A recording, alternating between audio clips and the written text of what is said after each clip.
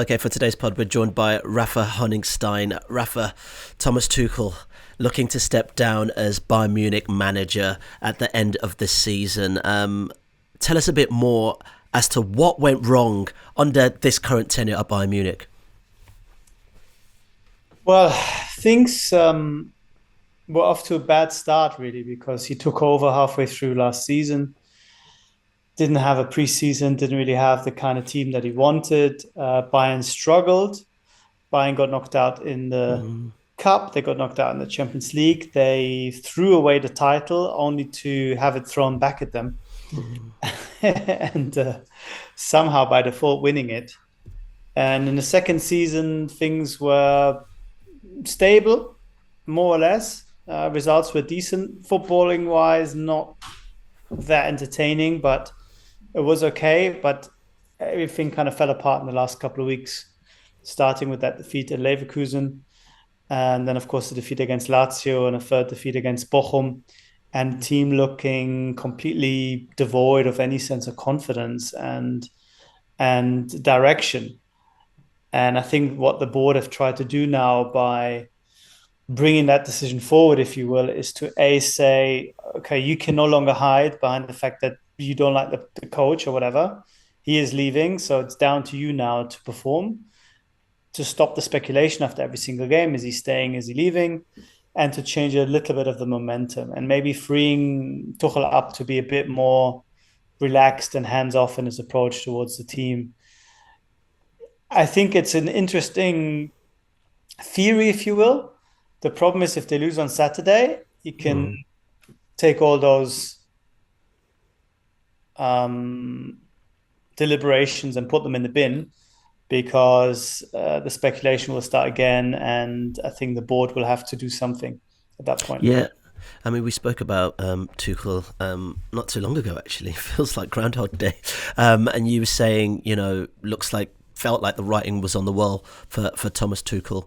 But interestingly, for the game against Lazio in Rome, I know you look very great, and in your polo neck going out to Rome, you were quite optimistic that Bayern Munich were going to do something there. You didn't see that as a game that Bayern Munich were going to lose. What do you think went wrong for Bayern Munich in that match? And is this a build-up of the lack of confidence that we've seen so far in the last few games under Tuchel?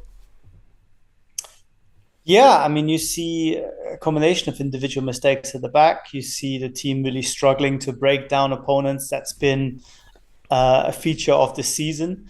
They played some quite reactive football at times, inviting teams forward and hitting on the break. And that looked good to a point, even though it ran counter really to Bayern's footballing DNA to a certain extent. But then when teams give you the ball and say, okay, now you break us down, then they really struggled. And that's where I think Tuchel's safety-first approach came a little bit unstuck, because it felt at times that the players were not doing what they feel is the right thing to do, but doing what they feel needs to be done because the guy outside otherwise goes crazy on the touchline. And, kind of second-guessing yourself, playing the safe ball, not committing man forward in possession.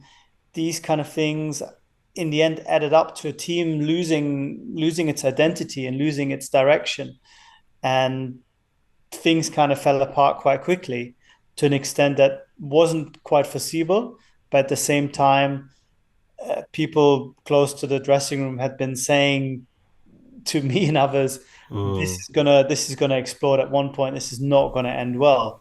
I guess I should have been less optimistic. You're a football fan after all, Raf. But you talk about the dressing room, you talk about the toxicity there. Why keep him on then? If it's so untenable, why don't you just let him go and find someone in the interim till the end of the season, so you can regroup and go get the man you might really want? And I want to talk about that a bit later on as well. So I don't think it's it's the case that everyone in the dressing room absolutely hates him. I don't think it's gone to that point. But there are some key players who I think felt undermined.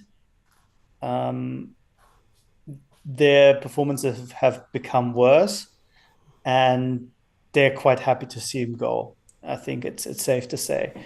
Is it enough for the board to say, look, we have to get anyone else in, even if it's the kid man, it doesn't matter because people cannot stand Tuchel anymore. I don't think we've reached that point. That's why, in the absence of an obvious caretaker manager, a ready-made in-house solution where they know he's going to make everyone feel good, people like him, players respond to him, they don't have this kind of guy. So they said, okay, a dressing room that's not happy with Tuchel still has enough, should have enough professionalism, enough intrinsic motivation to say, you know what, it doesn't really matter what this guy says. Let's just play our game and let's just do this. But of course, it relies to a certain extent on Tuchel letting them do that and maybe becoming slightly more hands-off in his approach over the next few weeks, knowing that he's going. Maybe he will double down. Maybe he'll say, you know what, I've got nothing to lose. I'm going to be even stricter. I'm going to put this guy on the bench and that guy on the bench. We will find out on Saturday. But basically, it's a decision made in hope that a positive change can come from it in the absence of any other obvious better ideas at this point. I mean, Bayern released a statement today. Could you tell us a little bit more about that and also what you particularly made of that statement? Well, the statement stressed that this was a sort of a mutual decision. These things are never really mutual, but they played on the fact that they had talked about this but kind of both agreed that this was the way forward. And I think this does reflect Tuchel's realization that the position or the situation was probably untenable beyond the summer as well. I don't think he believed that it's going to be a happy third season there next year, the way things were going. And Jan Christian Dresen, the CEO, has expressly made the point that he feels now it's down to the team to take responsibility and to show a reaction. Everyone knows what's happening. The cards are on the table. And that's it. But the problem with that is, as we said, the cards are never quite on the table, because if the next 2 or 3 results go south, and they've got Lazio coming up in what will then certainly be the last remaining important game of the season, they will move mountains and lakes in Bavaria to find a better fit. So this is just a holding pattern, if you will, hoping that they can somehow muddle through until the summer. Yeah, I wanted to touch on the idea of the players as well. I mean, look, it's twofold, right? You've got a manager that might have lost the dressing room, but you've also got a bunch of very experienced players there who some might say might have lost the hunger. Is it just solely down to the coach, or are Bayern Munich just used to winning? I mean, I'm sure there's an element of that. It's hard to quantify how important that is. If you've won 11 in a row, maybe the 12th season, you think, okay, let's take it easy. Maybe subconsciously you lose a few percentage points. That doesn't explain, though, how that kind of lifeless, energyless, insecure performance also carried over into the Champions League, where there is no such issue. Everyone wants to win. Everyone understands that Lazio is a game that Bayern have to win because they have ambitions to go deep into the competition. And then you see the same kind of lifeless, energyless, bloodless, insecure performance that you saw in the league a few days before at Leverkusen. So there might be an element of that, but knowing how much pressure there is in Bayern to perform and what kind of noise and what kind of repercussions you have when Bayern, God forbid, are only the second best team in Germany, I'm not sure the players would consciously make a decision or sort of just feel, okay, we can get away with it this year. We're just going to take it easy, because they cannot. They cannot in Munich. And you see the drama and you see the incessant headlines. So maybe deep down there's a factor, and maybe the team needs to have more change. That was Tuchel's main idea in the summer, and the board were resistant to that change. So maybe in a way he was right, but ultimately you have to make do with what you have and bring out the best of your players. And it's not really your job then to turn around and say, look, I told you that these guys are useless to begin with. So here's, pay me 6 million euros for that. So it's a combination of things. I don't think he's the sole culprit, if you will. Transfer market dealings went wrong in the summer. Not sure they went that right in the winter either. There are tons of injuries. Is that his fault? Is that the fitness department? Is it the player's fault? I can't tell you, but ultimately he's responsible for the results. Yeah, well, he will be leaving at the end of the season. You talk about change. Xabi Alonso, you made a very good sort of, appeal last time we spoke for him taking the Bayern job. Is the door open now for Xabi Alonso to come take this Bayern job? And is it the right job for Xabi Alonso? Let's face it. We'll see. I think it's got some obvious attractions. Bayern, as we alluded to, probably need a complete overhaul, and to put him in charge of that, I think would be quite enticing for a manager to really say, okay, I need this guy, I need that guy, I'm going to play this way. And you have carte blanche to the extent that you will ever have it at a club like Bayern. The lifestyle in Munich is great. The weather is much better than Liverpool. You have mountains, you have lakes, very good food. Oktoberfest, if you want it. If you want it. But of course, Bayern will be in a fight, a three-way fight with Leverkusen and with Liverpool, who have a huge appeal for very obvious reasons. I think what Bayern can do for Alonso is to a certain extent guarantee titles early on. And I think it'll make it easier for him in his future career to have that experience under his belt. Just to finish up that thought, he will kind of have that guarantee of being a winner going into his next job. He might already win, of course, in Leverkusen this year.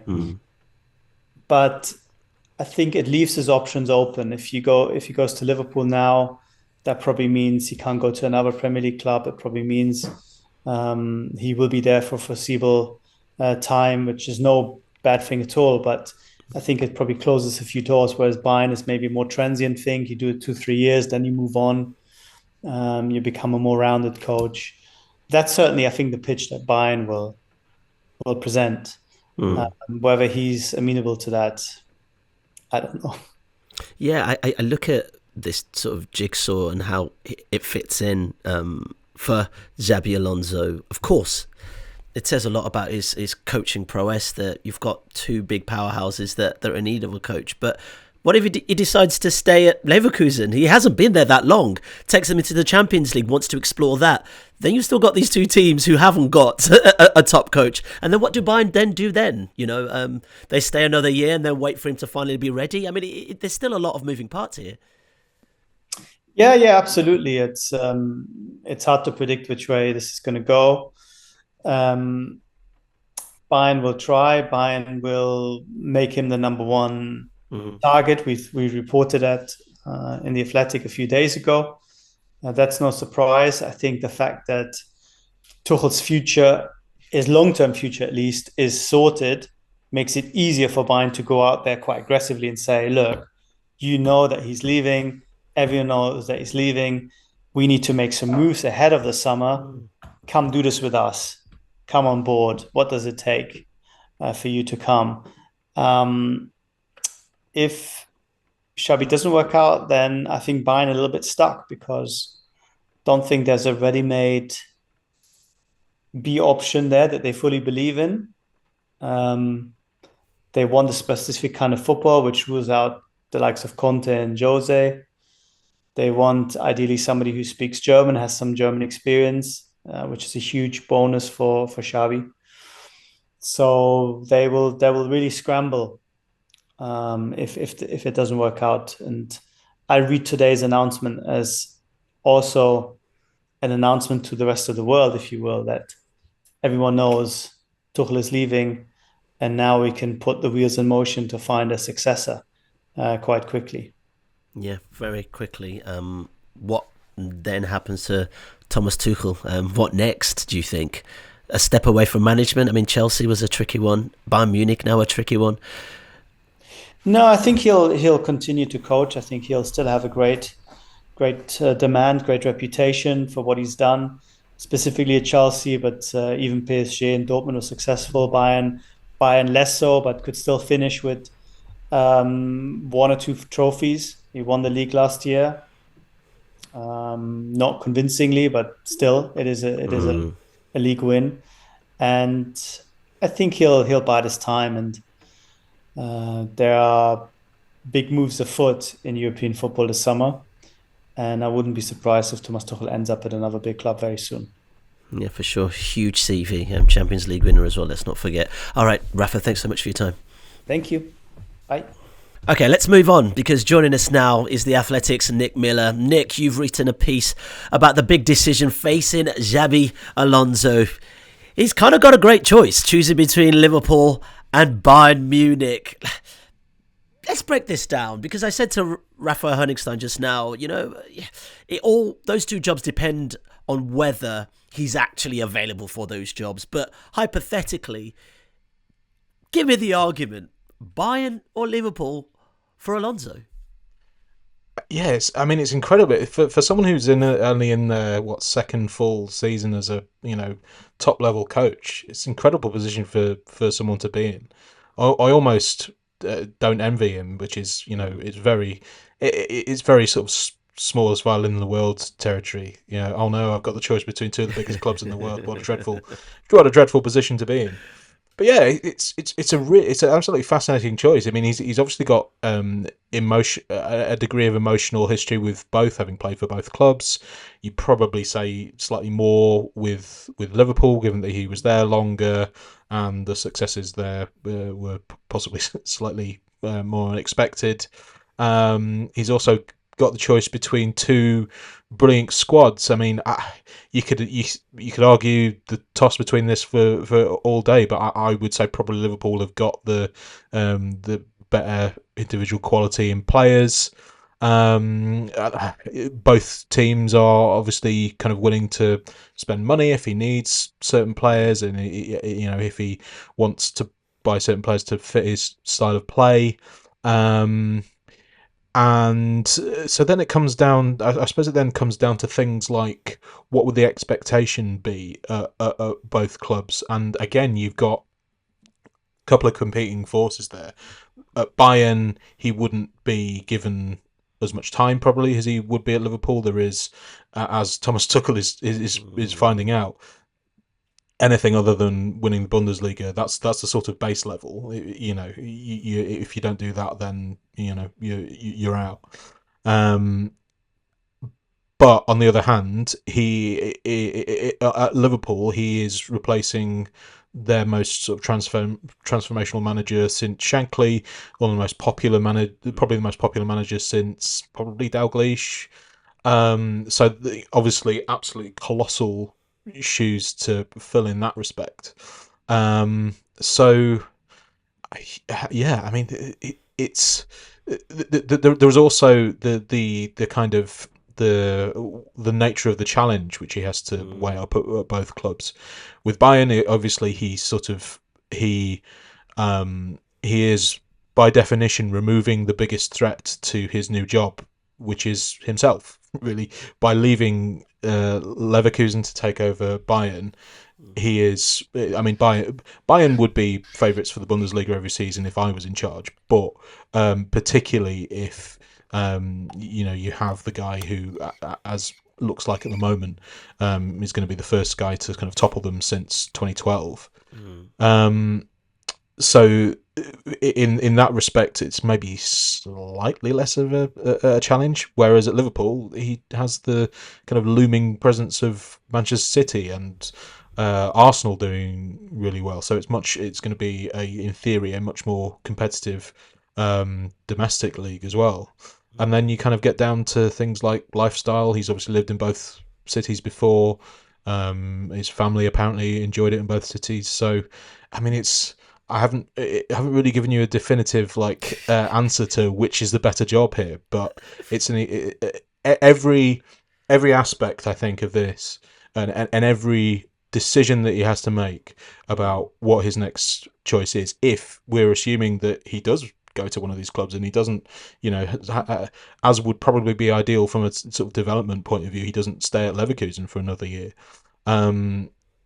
These are two, not just because of the stature of the two clubs, these are two incredibly attractive and very, in terms of which one's ahead of the other, very even jobs that he has to choose from.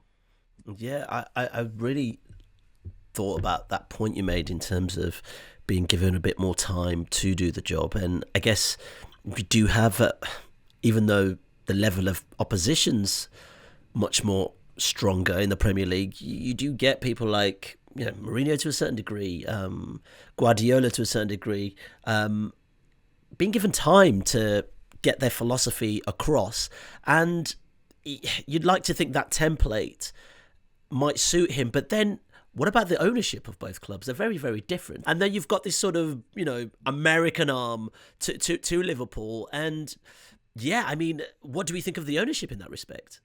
Yeah, I suppose that's the other thing that I didn't mention there, is that perhaps one of the sort of ticks in the cons column for Liverpool is that as things stand, he doesn't know who he would be working directly under. They don't have a sporting director yet.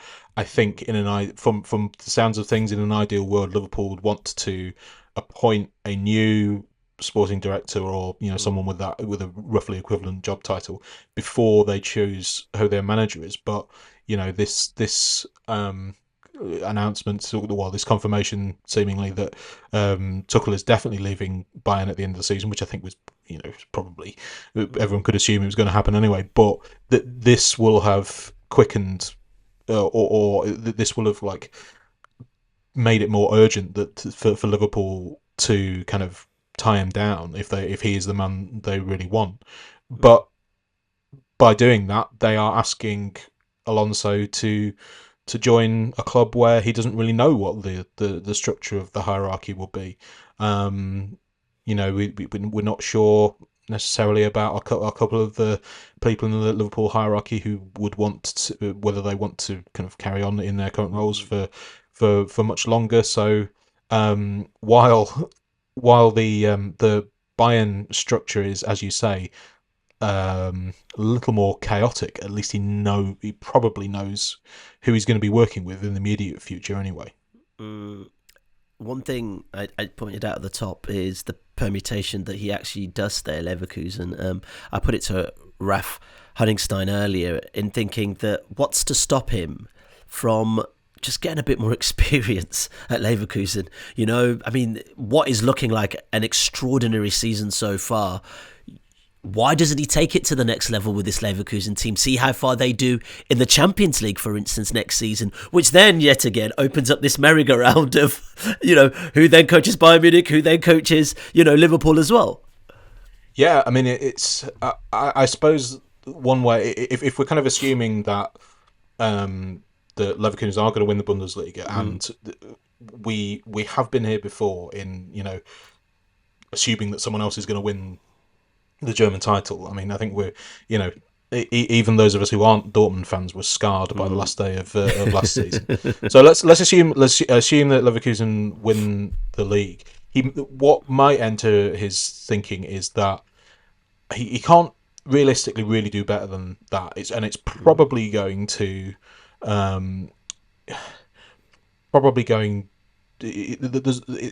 he can't probably top that. I mean, these kind of almost sort of semi-miracle seasons where clubs that you don't expect to win the league, generally speaking, they kind of tail off the following season. So something that he might factor in is that his stock is never going to be higher than it is now. And if he wins the Bundesliga this season, but then finishes, I don't know, 6th, 7th, or whatever it is next season, then he might be not quite as attractive a candidate for Liverpool or Bayern or, I don't know, Real Madrid or whoever, one of these other kind of super clubs that he's previously played for that might want to hire him. So that might kind of factor into his thinking. But I think probably in an as I kind of said, in an ideal world, this is a guy who has been phenomenally successful so far. You would want a little bit more sort of evidence, or not evidence is probably the wrong word, but that you would want a little bit more kind of experience, I suppose. Maybe he'd be kind of slightly spooked by the Andre Villas-Boas example, where he won everything at Porto in I think it was also his second season as a sort of senior coach of a first team. He was very young. I think he was younger than Alonso. I'm sure certainly was younger than Alonso is now. He then went to a massive club with massive expectations and was sacked by the end of the season, I think. So I don't. That would be kind of how it would enter into my way of thinking, but that is one of a number of reasons why I am not a kind of elite sports person or manager, because their brains work very differently to the rest of us. So that may not factor into his thinking at all. But it's a possible consideration. One thing that struck me, and we were just talking about it before you jumped on the pod today, was that actually there is a wider managerial merry-go-round over the summer, really. We've mentioned Liverpool, obviously Bayern, Barcelona in there. I mean, the Euros are also going to be having a cycle of managers who've sort of taken their teams to, the last tenure, really, or the last dance, I should say. I mean, this opens up quite a lot of options, potentially, for a coach that is in high demand. Yeah, 100%. I mean, at this stage of his career, Alonso presumably you would think wouldn't want a kind of international job, so that would kind of rule that out. I think, Barcelona would be. I don't know whether they could count it as an ex-Real Madrid player being their manager, but they would be silly not to kind of investigate it at least. But yeah, it's going to be could be pretty chaotic. Possibly the England job will be available depending on Gareth Southgate's mood and what happens in the summer. The Germany job's going to be available. There's going to be a kind of. There's going to be one big nation that completely flames out in the summer, and that job might be available. Who knows? Maybe France implode or something like that, and Deschamps decides that he's however long he's been there is enough. So it's a kind of bad bad summer for Jurgen Klopp to have decided that he needs some time away, because if he was leaving Liverpool and was ready to kind of go straight into his next job, he'd have the pick of quite a few. He could have the Germany job. He could, if he wanted the Bayern job, he could have the Bayern job, and maybe Barcelona as well. But yeah, hopefully for his sake, he kind of spends the year drinking drinks with little umbrellas in them rather than diving straight back into it. But yeah, if he wanted to, he's got plenty of options as well. That's the part of the managerial merry-go-round you definitely would adhere to, drinking drinks with umbrellas. I like that. You're like me. Very quickly before we finish, I just want to touch on Harry Kane, as we're talking about Bayern Munich, as we're talking about German football. I mean, outstanding season at Bayern Munich at this moment in time. Can we just give a little high five to Harry Kane for the resilience he's maybe been able to show? 6 different managers in 18 months or so. It's actually quite phenomenal what he's doing. Yeah, he seems. I mean, he's going through a little bit of a slump in form at the moment, but he's still on track to break kind of Bundesliga scoring records that were only set a couple of seasons ago, and we thought would stand for years. But he just seems kind of impervious to sort of outside influences almost. He just seems to be able to play at these absurd levels.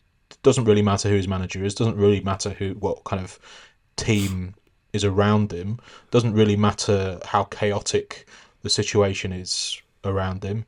Maybe there is a sort of steeliness to his personality and mentality that helps that.